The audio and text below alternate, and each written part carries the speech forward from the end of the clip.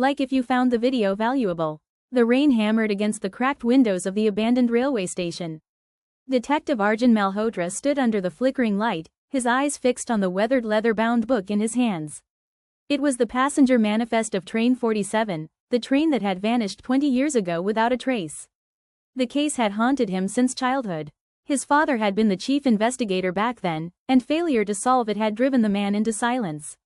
Now, 2 decades later, the manifest had resurfaced, delivered anonymously to Arjun's desk with a single note: find what was hidden. The names inside the book seemed ordinary at first, dozens of passengers traveling from Delhi to Shimla on a rainy November night. But scrawled beside some of the names were strange red markings, like a child's scribbles. One name in particular chilled him: his father's. His father hadn't been on that train. Arjun flipped through the fragile pages again.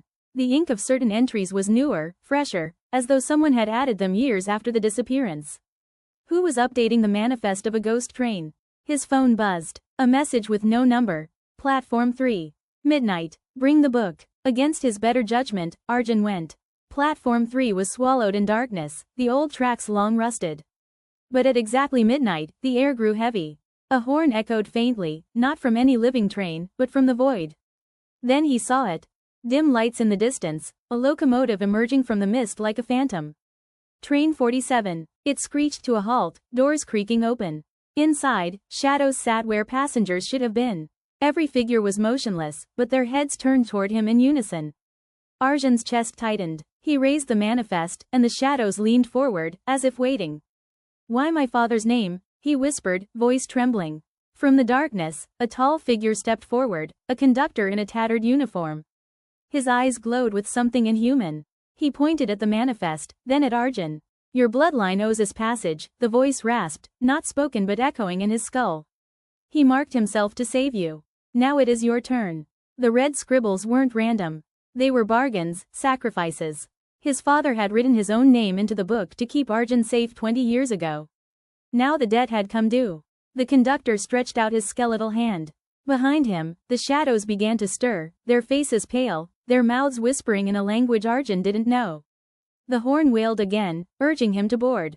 Arjun's mind raced. If he entered the train, he would never leave. But if he ran, others would pay. He saw a blank line at the end of the manifest. His name belonged there. With trembling fingers, he ripped out the last page and hurled it onto the tracks. The book shrieked like a living thing, its pages burning in unnatural flames. The conductor let out a howl, and the train dissolved into mist, sucked back into whatever void it had crawled from. Silence. The station was empty again. Only ashes of the manifest remained, scattering in the rain. Arjun collapsed to his knees, heart pounding. He had destroyed the book, but had he ended the curse, or merely delayed it? As the wind carried the last of the ashes away, he swore he heard the horn again, faint and distant, promising that Train 47 would return for its final passenger.